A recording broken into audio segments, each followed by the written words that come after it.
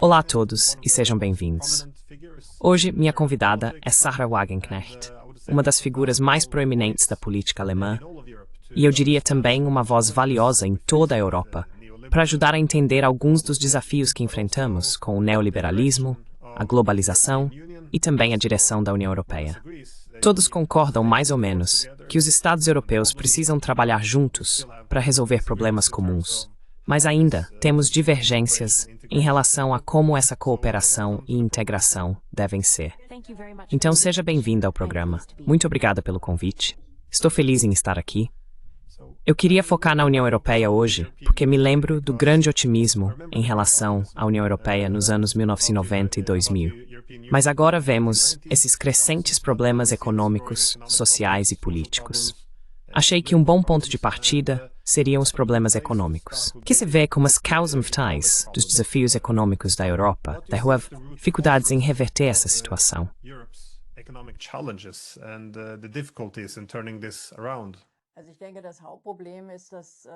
Bem, eu acho que o principal problema é que a Europa está realmente seguindo uma política extremamente insensata. Me refiro ao ELA, e isso em muitos aspectos. Para começar, com os tratados de Maastricht e as decisões tomadas naquela época, eles basicamente amarraram as próprias mãos no que diz respeito à política industrial. Esforços conjuntos direcionados para promover novas tecnologias e muito mais. Isso já era problemático. A UE está seguindo uma política climática. Agora, eu também apoio a proteção do meio ambiente e a tentativa de desenvolver novas tecnologias para a neutralidade climática, é claro. Mas a política climática da UE está destruindo a indústria e a afastando. Todos esses já eram problemas que tínhamos anos atrás.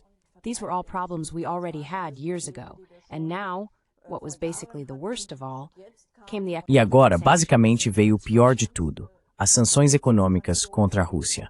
A Europa é extremamente dependente das matérias-primas russas, da energia russa, especialmente a Alemanha, nossa indústria. Basicamente, a própria existência da nossa indústria dependia de obter energia barata da Rússia, especialmente gás. Nós nos cortamos disso e agora nos colocamos em completa dependência dos Estados Unidos, especialmente com o acordo mais recente, ou deal, como é chamado. Aliás, esse não é um acordo com o Trump que a Sra. von der Leyen fez lá.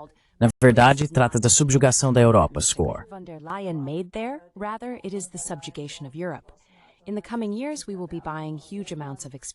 Nos próximos anos, estaremos comprando enormes quantidades de energia americana cara, que aliás também é de qualidade inferior e mais poluente. Afinal, é gás de fracking. E nessas condições, nossas empresas simplesmente não conseguem mais produzir de forma competitiva. Além disso, ainda temos um acordo comercial ruim. Os americanos podem exportar seus produtos para a Europa sem tarifas, enquanto os produtos europeus estão sujeitos a tarifas de 15%. Então, tudo isso é uma política que não faz o menor sentido, e realmente só mostra que muitos políticos europeus estão, obviamente, em uma verdadeira posição de vassalagem em relação a Washington, submetendo-se completamente a qualquer desejo da administração americana. E claro, isso ocorre às custas do povo europeu. Das geht natürlich zu Lasten der Menschen in Europa. Sim, você mencionou esse status de ser vassalos. E é interessante, porque a União Europeia costumava buscar o que chamava de autonomia estratégica ou independência europeia. Mas agora parece que a UE está se tornando mais dependente dos Estados Unidos, especialmente com esse acordo comercial muito ruim. Agora, a solução comum é diversificar as parcerias econômicas, quero dizer, ter bons contatos e comércio com os Estados-Unidos, mas sem ser dependente demais. Mas como explicamos o que aconteceu com essa autonomia estratégica? O que está impedindo a Europa de diversificar suas parcerias econômicas?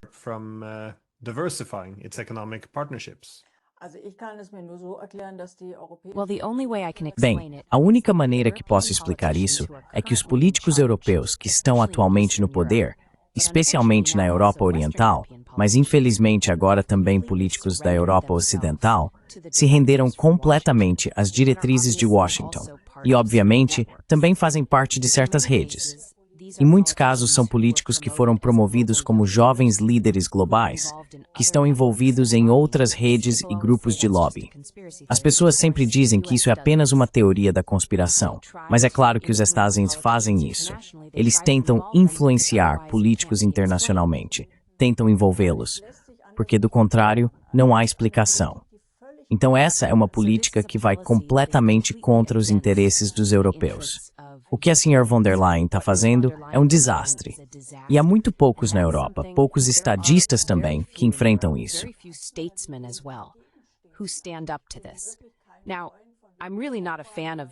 Olha, eu realmente não sou fã do Viktor Orbán, porque a política interna dele é muito à direita, mas ele é um dos poucos que ainda defende os interesses do seu país e diz, sim, vamos continuar comprando petróleo russo, porque precisamos dele.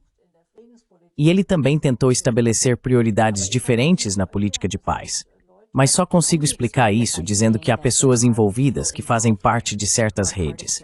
Também na Alemanha, já tivemos chanceleres, penso em Willy Brandt, Helmut Schmidt, até mesmo sob Kohl e também Gerhard Schröder. Eles enfrentaram certas coisas que vinham de Washington. Pelo menos, nesses casos, eles se rebelaram. Disseram, temos interesses diferentes aqui e vamos manter nossa posição. E não temos mais pessoas assim na política alemã e quase nenhuma na política europeia.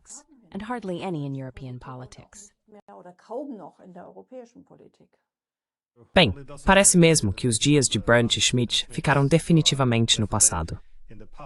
Mas por isso mesmo, quero perguntar qual é a sua opinião sobre a liderança de Friedrich Merz e mais especificamente sobre seus planos de gastos e ambições de tornar a Alemanha a principal potência militar da Europa. Porque há muitas dimensões nisso. Primeiro, envolve restaurar a Alemanha como a principal potência militar europeia, mas também há o plano econômico. Parece refletir um certo keynesianismo militar, a ideia de que se pode impulsionar a economia construindo armas em vez de carros. Mas, por fim, como você vê essas ambições avançando, considerando o acordo para comprar armas americanas? Isso não minaria toda a plataforma de militarização para reativar as indústrias?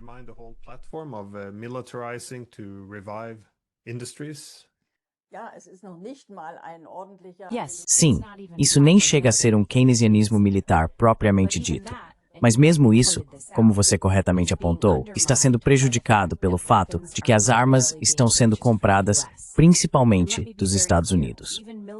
E deixe-me ser muito claro, nem mesmo o keynesianismo militar é o que nosso país precisa agora, ou o que vai nos fazer avançar.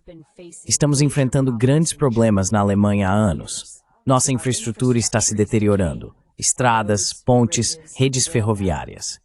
Há anos, ou quase se pode dizer há várias décadas, quase 2 décadas agora, tem faltado investimento adequado porque a Alemanha tem uma regra de freio à dívida muito rígida. Sempre houve uma recusa em contrair empréstimos governamentais para investir nessa infraestrutura.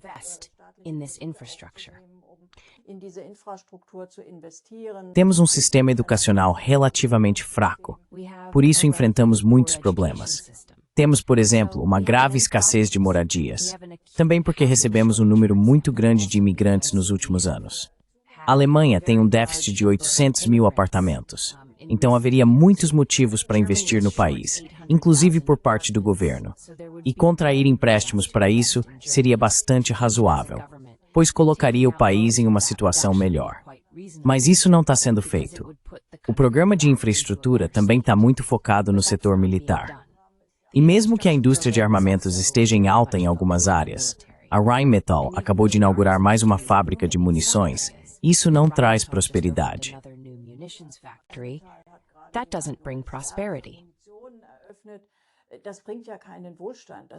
Isso pode criar alguns empregos, mas nada está sendo produzido que beneficie as pessoas ou melhore a vida de alguma forma. E Friedrich Merz é, claro, outro exemplo.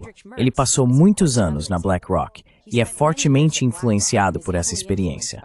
Muito do que ele faz também beneficia empresas como a BlackRock, porque elas detêm essas ações e lucram com elas. Por exemplo, com as redes de energia, operamos nossas redes de energia por meio de fornecedores privados para que eles possam obter retornos massivos. A BlackRock é um dos participantes nesse setor. Então, dá para ver repetidamente que os políticos também são lobistas, que eles estão envolvidos. E, infelizmente, também temos, isso é algo que eu acrescentaria à sua pergunta anterior, uma imprensa que apoia massivamente essa política.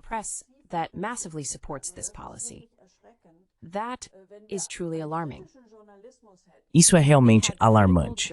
Se tivéssemos um jornalismo crítico que desafiasse o governo todos os dias, que também criticasse Merz por todas essas decisões erradas, assim como começou antes, sob o governo Scholz, quando o rearmamento insano teve início, então o governo talvez estivesse sob certa pressão. Mas o mais grave é que a grande imprensa na Alemanha está constantemente pedindo que nos preparemos para a guerra, que investamos mais em armas, que compremos armas americanas. Até mesmo o problema da nossa dependência, por exemplo, no setor digital. Somos completamente dependentes, basicamente uma colônia digital dos americanos. Toda a Europa é, mas especialmente a Alemanha, não é um tema na grande imprensa.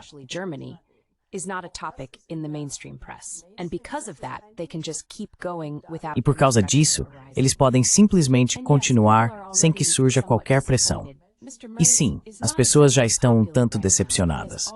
O Sr. Merz não está exatamente popular no momento. Ele já quebrou uma promessa eleitoral atrás da outra, mesmo só neste meio ano em que está no cargo. Mas até agora, essa pressão não se manifestou em pessoas indo às ruas ou protestando. E, infelizmente, isso também é um grande problema. Como resultado, ele simplesmente continua como antes. E realmente é uma política que é muito, muito negativa para o nosso país e já está tornando a vida das pessoas visivelmente mais difícil, reduzindo sua prosperidade. E muitos realmente têm que lutar para conseguir fechar as contas com sua renda. Sim, e infelizmente também há pressão demais das ruas.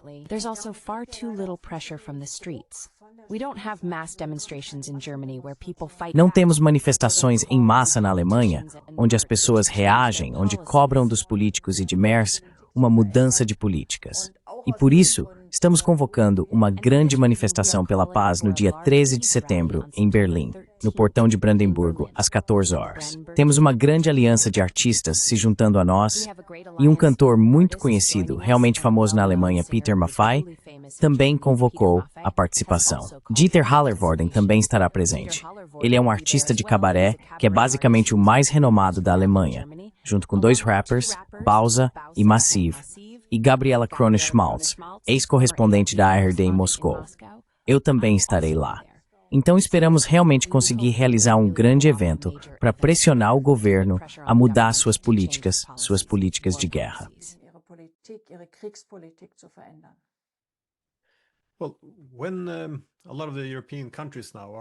Bem, quando muitos países europeus estão agora enfrentando todos esses problemas internos, há um desenvolvimento interessante, que é o fato de muitos líderes europeus, não só Merz, mas também Macron ou Starmer, parecerem focar excessivamente em política externa, se não quase exclusivamente. Acho isso bastante interessante. E claro, isso agora gira principalmente em torno da guerra. É sobre isso que eles tendem a falar. E bem, a Europa testou-se muito com conter das esforços desse swing.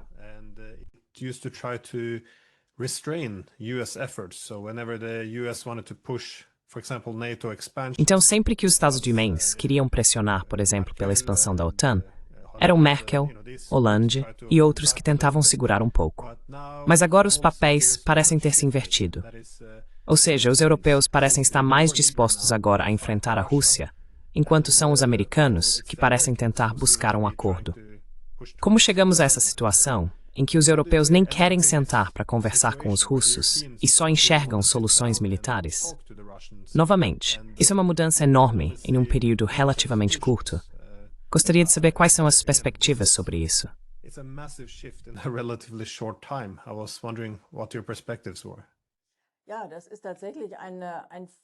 Sim, isso na verdade é algo completamente diferente. Sim, isso é realmente uma mudança completa. Por exemplo, quando o Acordo de Minsk foi concluído, os americanos, que também eram os principais atores na Ucrânia, tentaram apoiar o golpe do Maidan. Os europeus tentaram equilibrar as coisas de alguma forma. Foi aí que surgiu o Acordo de Minsk.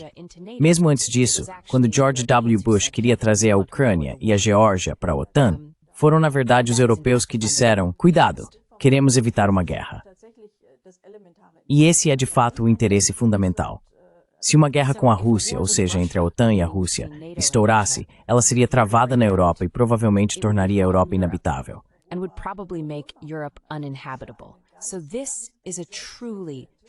Então, este é realmente um desenvolvimento horrível que estamos testemunhando aqui.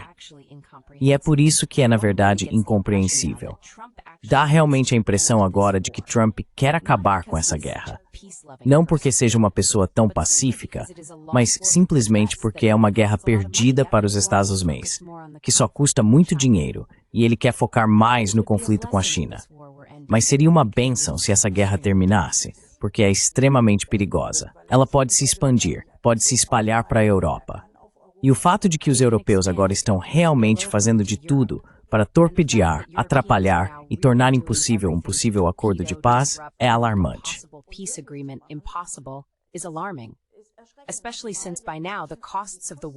Especialmente porque agora os custos da guerra estão sendo arcados quase exclusivamente pela Europa. Então, mesmo agora, no total, a Europa gastou mais com a Ucrânia, em armas e apoio, do que os Estados Unidos. E atualmente, os Estados, ou melhor, Trump, praticamente se retiraram completamente disso. Só posso explicar isso dizendo que, claro, um inimigo externo, como infelizmente vimos muitas vezes na história, é sempre uma boa maneira de desviar a atenção dos problemas internos. A Europa tem grandes problemas, incluindo a Alemanha. A divisão social é significativa. Muitas pessoas, a pobreza está de fato aumentando na Alemanha, até mesmo entre pessoas que têm emprego, mas recebem salários muito baixos.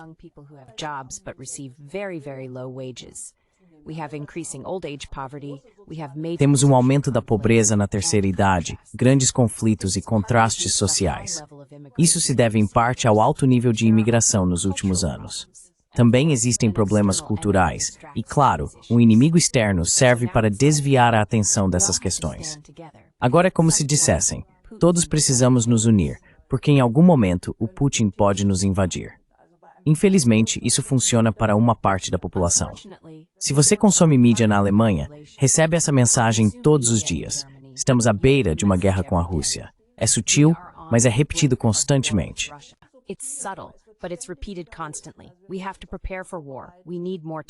Temos que nos preparar para a guerra. Precisamos de mais tanques. Putin vai nos atacar em breve.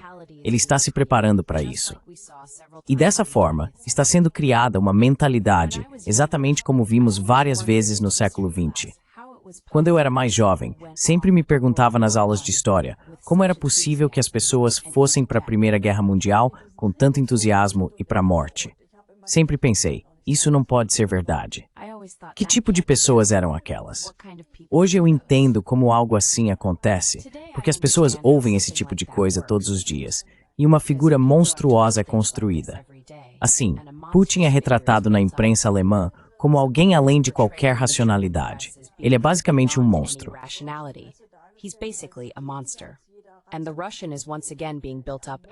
E o russo está mais uma vez sendo construído como uma imagem de inimigo.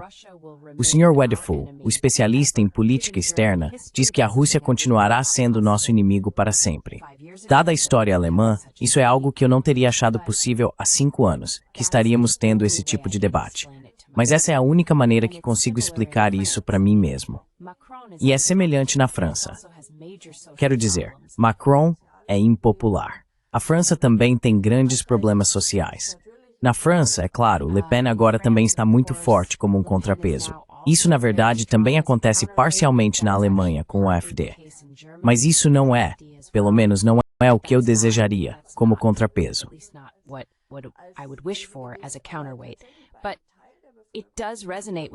Mas isso realmente ressoa com uma parte da população.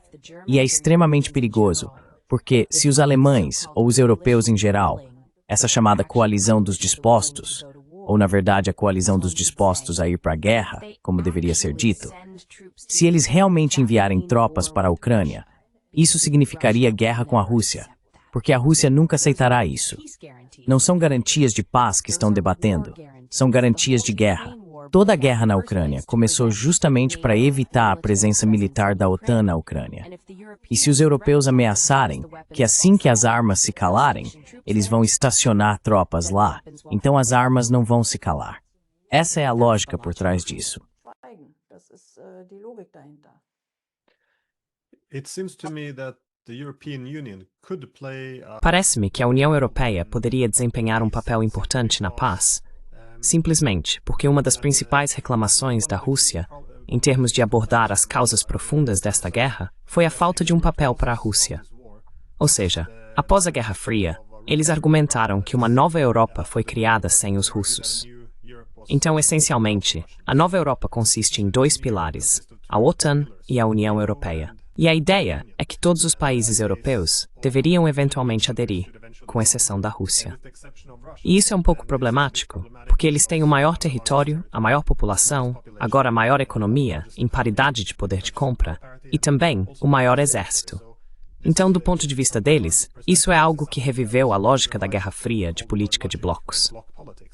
O que você acha que poderia ser feito entre a União Europeia e a Rússia? could be done between the European Union and Russia. Ja, also es dreht sich immer wieder darum, dass Sim, tudo sempre volta ao fato de que precisamos nos tornar independentes das diretrizes vindas de Washington. Porque naquela época era assim, há citações sobre isso, que os formuladores de políticas americanos estavam muito preocupados, após o fim da Guerra Fria, que a visão que Gorbachev tinha na época, uma grande casa europeia, uma nova ordem europeia de paz, pudesse realmente se concretizar.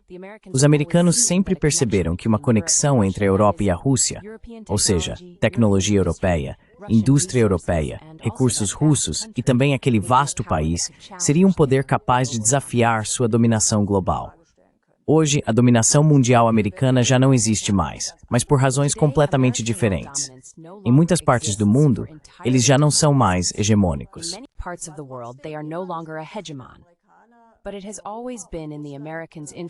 Mas sempre foi do interesse dos americanos criar uma divisão entre a Europa e a Rússia, por razões geoestratégicas. Isso é certamente interessante e plausível, mas nunca foi do interesse dos europeus. E claro, seria desejável que uma nova geração de políticos assumisse o comando na Europa e realmente revivesse aquela antiga visão de uma casa europeia comum, de Lisboa a Vladivostok, incluindo também a integração da Rússia. Isso seria importante por razões econômicas, mas, obviamente, também por razões de segurança. Não existe segurança na Europa contra a Rússia, só existe segurança com a Rússia. E todos esses jogos de guerra que estão sendo encenados e fantasiados agora são uma loucura.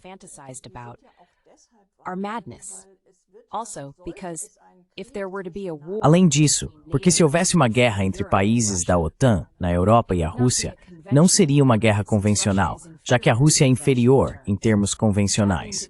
Isso significa que seria uma guerra nuclear, e isso destruiria a Europa. Eu ainda me lembro quando adolescente, cresci em uma época em que as pessoas tinham muito medo de uma guerra mundial.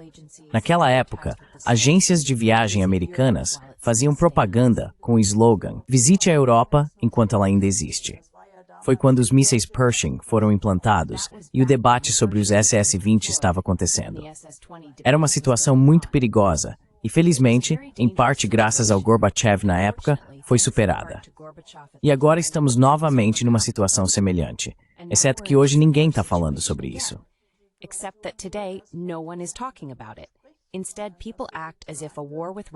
Em vez disso, as pessoas agem como se uma guerra com a Rússia fosse algo que, embora não seja agradável e talvez um pouco destrutivo, na verdade é algo que poderia ser travado, algo que poderíamos fazer.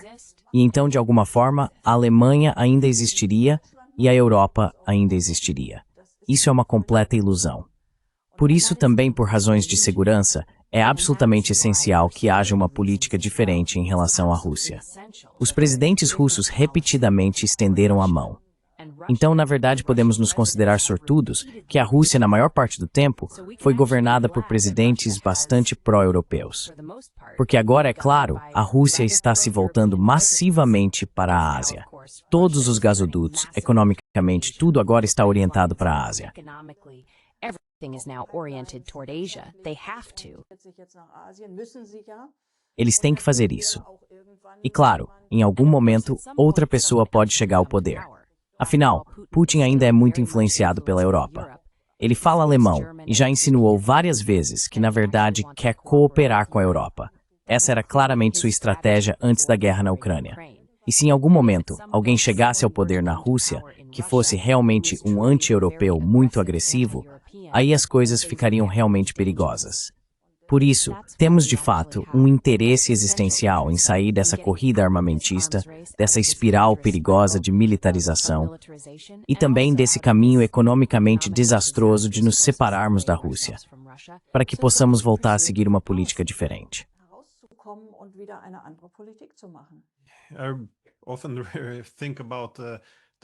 Eu frequentemente penso no grande diplomata americano George Kennan, que, claro, foi o arquiteto da política de contenção. Mas, nos anos 1990, ele ficou bastante desapontado porque argumentava que tivemos todas essas oportunidades de criar qualquer tipo de Europa que quiséssemos após a Guerra Fria. Ele via isso como uma falta de imaginação política, que a única coisa que conseguíamos imaginar era um retorno à política de blocos. Quem deveria estar dentro, quem deveria estar fora. Então, novamente, poderiam ter existido muitas oportunidades empolgantes na criação, como você disse, dessa grande Europa de Lisboa a Vladivostok, que ainda assim seria muito diferente de hoje. Mas acho que isso me leva à minha última pergunta, que é, em qual caminho você acha que a União Europeia errou? E qual seria um futuro melhor para a União Europeia? Dado que, como mencionei no início, ainda precisamos de uma forma para que os Estados europeus trabalhem juntos, tanto para a prosperidade compartilhada quanto para a paz. Que outros caminhos a UE pode seguir? What are other paths the EU can take? Portanto, além de uma política externa diferente e uma política econômica externa diferente, seria claro e importante mudar as regras na Europa. A União Europeia se tornou uma estrutura muito centralizada. A Comissão de Bruxelas governa em parte dentro dos Estados-membros. Esse também foi um dos motivos pelos quais, em determinado momento, houve maioria na Grã-Bretanha para rejeitar isso. O slogan "retomar o controle" foi central nesse processo. Ele teve muito apoio popular, porque as pessoas não queriam ser governadas a partir de Bruxelas. E isso é bastante compreensível, pois as regulamentações impostas pela União Europeia são às vezes um emaranhado de burocracia que só serve a certos interesses de lobby, inclusive os das empresas.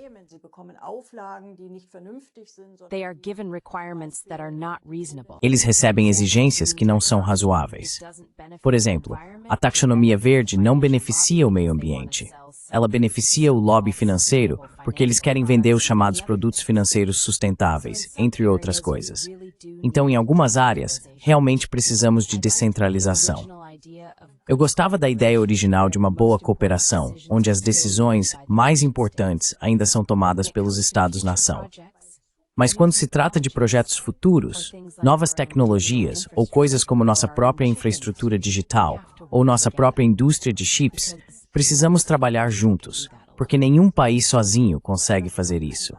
Portanto, manter a cooperação, buscar certos objetivos em conjunto, mas também permitir que os países foquem mais em suas próprias prioridades.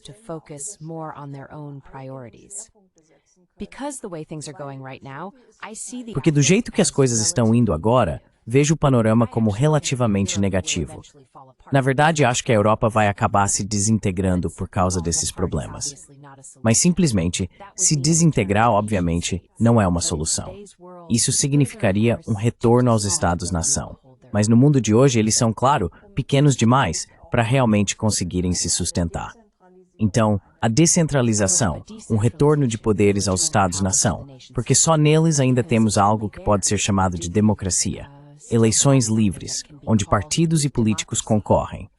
As eleições europeias, incluindo o Parlamento Europeu, estão muito distantes das pessoas. E também vimos, quero dizer, a Sra. Von der Leyen nunca foi eleita por ninguém e agora é uma poderosa presidente da Comissão.